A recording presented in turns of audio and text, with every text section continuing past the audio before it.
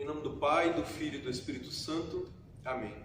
Vinde, Espírito Santo, e enchei os corações dos vossos fiéis e acendei neles o fogo do vosso amor.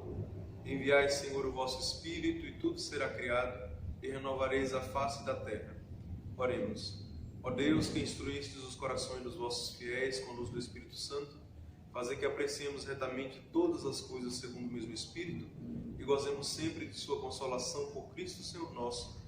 Amém. São Jerônimo, rogai por nós. Em nome do Pai, e do Filho e do Espírito Santo. Amém. Hoje nós estamos aqui para refletir sobre o livro do Gênesis, sobre esse início do nosso projeto Histórias da Bíblia. Seja bem-vindo você ao nosso canal da Paróquia Nossa Senhora da Conceição no YouTube. Se inscreva no canal, curta, compartilhe esse vídeo com os seus amigos e com tantas outras pessoas. Compartilhe nos seus status também, para que as pessoas possam ter mais acesso a esse vídeo e conhecer melhor as Sagradas Escrituras, a Palavra de Deus, a Bíblia, e assim ter uma relação melhor com Deus, com Cristo. Esse estudo é principalmente essa reflexão para nós entendermos para que serve a Bíblia. E a Bíblia, para nós cristãos, especialmente para nós cristãos católicos, ela é esse lugar de encontro com Cristo. Muito mais do que lugar de estudo, lugar de qualquer outra reflexão, porque se for só para estudo e reflexão, a gente tem tantos outros livros para alimentar nossa intelectualidade, né? Então, para que a gente se encontre com Cristo é que serve a Bíblia. Então, por isso, vamos refletir agora o primeiro livro da Bíblia, que é o livro do Gênesis, para a gente entender como a Bíblia explica tudo o que aconteceu no princípio, na criação de tudo, no início de todo o universo e da vida humana. Então, esse livro, o livro do Gênesis, ele tem 50 capítulos e ele é destinado para isso, para ser uma mensagem ao povo de Deus, àqueles que seguem a Deus, especialmente através de Cristo hoje, para que possam compreender como foi o início de todo o caminho do ser humano com Deus. De certa forma, o livro do Gênesis ele é dividido no meio, aliás, não no meio, mas ele é dividido do primeiro capítulo até o capítulo 11, e aí do capítulo 12 até o capítulo 50. Então tem essa divisão um pouco descompensada, uma parte menor e a outra maior. Mas essa divisão é porque do primeiro capítulo até o capítulo 11 do livro do Gênesis, a gente tem ali histórias contadas como se fosse uma novela.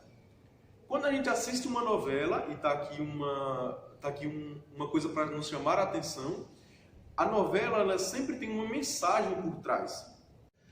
E as novelas elas podem ser até baseadas em fatos reais, só que o que importa é que eles dão uma maquiada por cima daquilo que são os fatos reais, para a mensagem ficar mais bonita e para a gente entender a mensagem que tem por trás daquilo.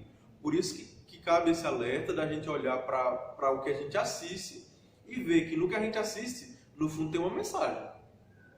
Então pode ser mensagens diversas e a gente tem que ter essa capacidade de analisar. No livro do Gênesis, essa mensagem é a mensagem da criação, a mensagem de que Deus criou todas as coisas. E no capítulo 1 do Gênesis, nos primeiros, aliás, capítulos do Gênesis, até mais ou menos o capítulo 3º, 4º, nós vamos ver ali a história de Adão e Eva, os primeiros seres humanos. Então é uma mensagem para simbolizar como foi a criação dos primeiros seres humanos. E ali Deus mostra que o ser humano é o centro da criação. Todas as coisas foram criadas para o homem. Então, para que o homem aproveite, usufrua, seja feliz com as coisas que Deus ofereceu, mas muito mais, seja feliz por ser de Deus e obedecer a Ele. Então, é um pouco essa a história de Adão e Eva. Deus criou ali muitas plantas, entre elas a árvore, no centro do jardim, a árvore da vida e a árvore do conhecimento do bem e do mal. A árvore da vida era essa árvore que daria a Adão e Eva a vida eterna. Eles comeriam e receberiam ali a vida eterna, felizes para sempre com Deus no jardim. Já a outra árvore do conhecimento do bem e do mal, ela seria um pouco para dar ao homem a possibilidade, ao ser humano a possibilidade, de escolher o que ele acha bem ou mal. Não mais escutar a Deus e obedecer a Ele, mas simplesmente dizer, isso aqui Deus diz que é bem, mas eu acho que é ruim, isso aqui Deus diz que é mal, mas eu acho que é bom, e tudo fica desorganizado. O primeiro pecado, que foi o pecado original, o pecado de Adão e Eva, ele vai criar essa desordem no ser humano. E a gente percebe essa desordem no capítulo 4 do livro do Gênesis, quando nós vamos ouvir a história de Caim e Abel. Caim era agricultor, e Abel era pastor de ovelhas. E nós vamos perceber nessa história um pouco essa mensagem ali de que naquela época os pastores e os agricultores eram meio brigados. Os pastores saíam de um lugar para o outro e os agricultores permaneciam em um lugar só, não eram nômades, né? E se a gente for olhar para a história de Caim e Abel, a mensagem principal e a mensagem bíblica, a mensagem de Deus por trás disso, é de que nós não devemos ser perversos e malvados uns com os outros, devemos controlar a nossa ira. Exatamente por isso, a inveja de Caim levou ele a matar o seu irmão Abel. E o sangue daquele que é assassinado clama a Deus no céu. Por isso que a gente precisa cuidar do irmão e não maltratá-lo e não tirá-lo à vida. Depois da história de Caim e Abel, nós temos outra história muito importante nesses primeiros capítulos, que é a história do dilúvio. A história do dilúvio vai acontecer entre o capítulo 6 e o capítulo 8 do livro do Gênesis. E o dilúvio é para dizer isso. Caim foi dando sequência à sua história, outras pessoas nasceram a partir de Caim, e nasceram pessoas perversas como ele, maldosas como ele.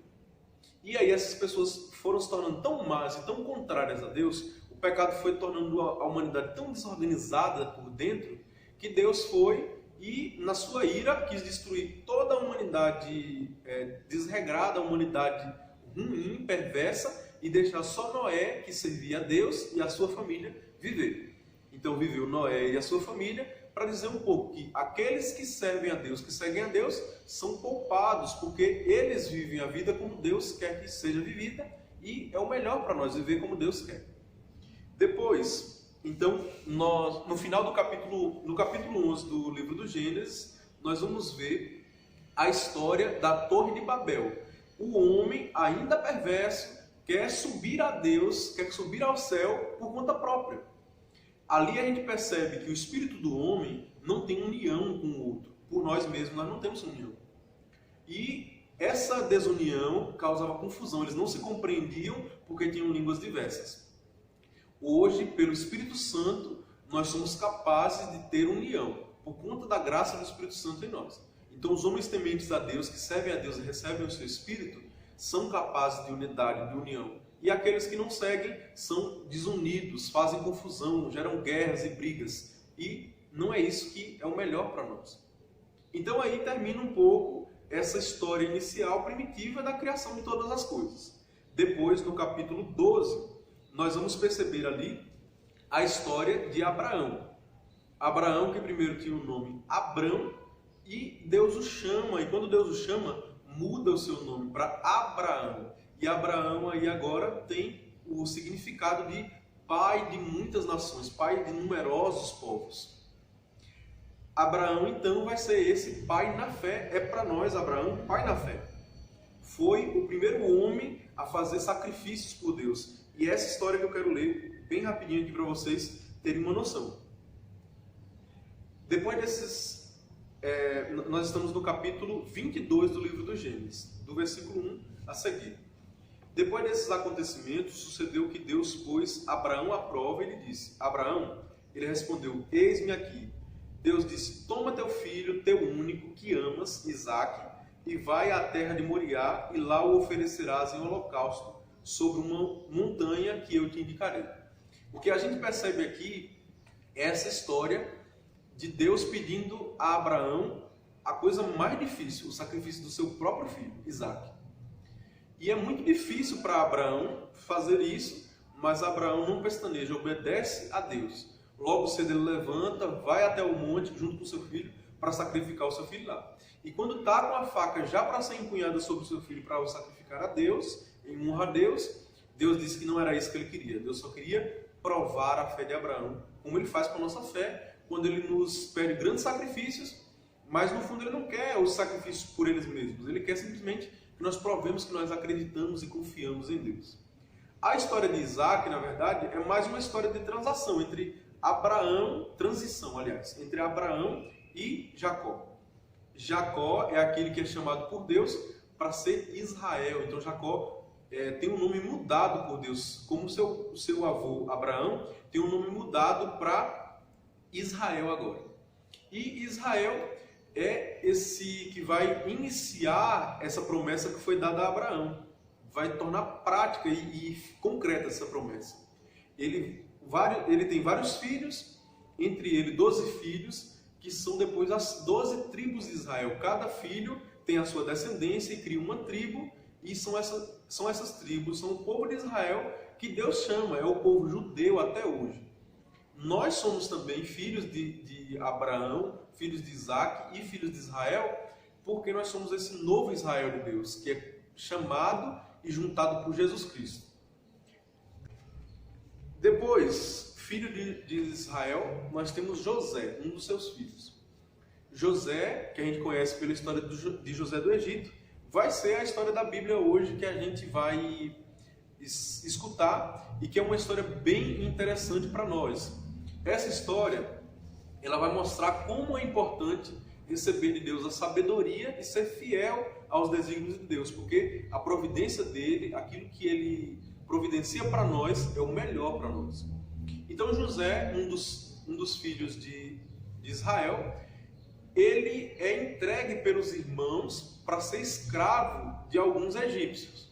Então esses egípcios passam por ali, pelas terras onde Israel morava. Israel está em casa, Jacó está em casa, vivendo ali com alguns dos seus, e os seus filhos ele manda todos para ir fazer alguma coisa por ele. E ali nesse caminho eles encontram esses egípcios que vão passando. E aí eles vão e entregam seu irmão José. Eles tinham inveja de José, porque José era o filho caçula e era muito querido pelo seu pai Israel, pelo seu pai Jacó. E por isso, por conta da inveja deles, eles entregam José para ser escravo no Egito. Esses egípcios levam José. José passa muitos anos ali, muitos anos escravo, depois alguns anos preso. E nesse tempo de prisão, Deus deu a José a graça de interpretar sonhos. Aí o rei recebe o faraó daquele tempo no país do Egito, na nação egípcia. Ele recebe um sonho no meio da noite, e esse sonho é com 7 vacas gordas e depois 7 vacas magras. E depois ele não sabia interpretar esse sonho, e então procurou no reino dele vários homens que diziam ser astrólogos, que compreendiam as coisas. Nenhum desses foi capaz de compreender essa história, esse sonho do faraó. Quem vai compreender esse sonho do faraó é aquele mais improvável, o escravo trazido de Israel e que agora está ali no Egito, vivendo como escravo, vivendo como preso, e o faraó vai até ele interpreta os sonhos do faraó, e ali o faraó o torna governador do Egito. Nessa época, o Israel passava fome, havia fome por Israel. José traz os seus irmãos de Israel para o Egito, e lá, depois de fingir que não era ele mesmo e de fazer um certo jogo com os irmãos para eles perceberem o grande erro que eles cometeram, aí José mostra quem ele é, chama o seu pai do lugar onde ele estava para vir até o Egito, e lá no Egito eles vivem alegres, contentes, porque não passam mais fome, e José é agora o provedor de todas essas bênçãos, de todas essas coisas, por ser governador do Egito. Então, é basicamente essa a história do livro do Gênesis. Incentiva você a leitura, leia mesmo, reflita mesmo, sublinhe, anote o que você achar mais importante e reze. Tenha o seu encontro com Deus através do livro do Gênesis, através dessas histórias bíblicas. Que Deus abençoe você e até o próximo vídeo. Uma curiosidadezinha para vocês. No tempo dos patriarcas, havia o costume de o pai dar a bênção para o seu filho mais velho, a bênção da primogenitura, ou seja, o primeiro filho. E o primeiro filho de Isaac era Esaú. O segundo filho, o filho caçula, era Jacó. E Jacó, ele foi escolhido por Deus para ser Israel, para receber a primogenitura do seu pai. Só que a primogenitura não era dele por direito, era de Esaú. Para isso, Jacó é incentivado pela sua mãe a ir no lugar de Esaú. Ele coloca até uma pele de cordeiro no lugar do seu braço, amarrada em seu braço, para poder fingir que era o irmão, que tinha mais pelos do que ele, para roubar a bênção do seu irmão. Então ele chega, o pai dele não enxergava mais, Então ele chega com essa pele de cordeiro, se apresenta diante do seu pai para receber a bênção que deveria ser do seu irmão, engana o seu irmão para ficar no seu lugar, e lá naquela hora o pai toca na pele, mas diz, essa voz está estranha, mas mesmo assim eu vou acreditar que você é Esaú. Então dá a bênção como se fosse Esaú para Jacó.